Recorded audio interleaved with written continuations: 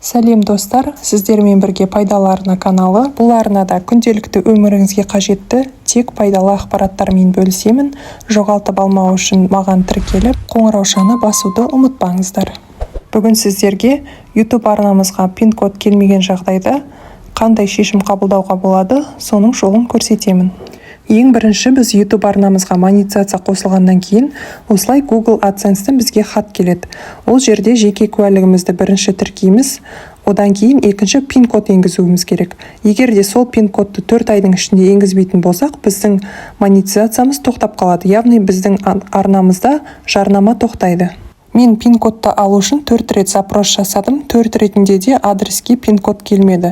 Содан кейін осы қадамды жасадым. Google AdSense-тен келген ескертпе хаттың ішінде, яғни астына қарай түскен кезде, как подтвердить адрес с помощью пин-код деген жазу бар, соны басамыз. Ары қарай осы жерде көк окошкада жазылып тұр. Далее проблемы с подтверждением адреса с помощью пин-код деген сол жазуды басамыз. Келесі бетке өткен кезде астыға қарай түсеміз.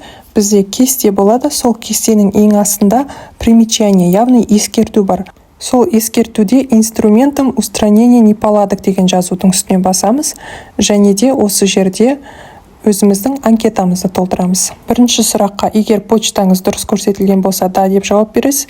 Екінші сұраққа нет, пин-код еще не пришел деген кнопканы басасыз. Және астындағы продолжить деген кнопканы басасыз. Ашылған парақшада сіздің атыңызды жазасыз, және де почтаңыз өзі шығып тұрады, және идентификатор издателя, яғни пап номеріңізді тауып жазасыз.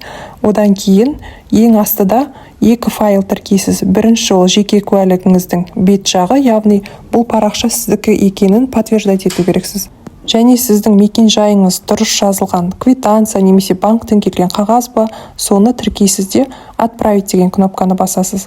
Ол сообщение кеткеннен кейін бір 2-3 минуттың ішінде сізге сіздің адресіңіздің тіркелгендігі туралы хабар келеді. Яғни ешқандай пин-кодтың қажеті жоқ. Пин-кодсыз сіздің адресіңіздің тіркелгендігі туралы жеке кабинеттен қарап білсеңіз болады. Егер ақпарат пайдалы болса, мен қуаныштымын. Арнаға міндетті түрде тіркеліп, қоңыраушаны басыңыздар, лайк басып, комментарий қалдыруды ұмытпаңыздар достар.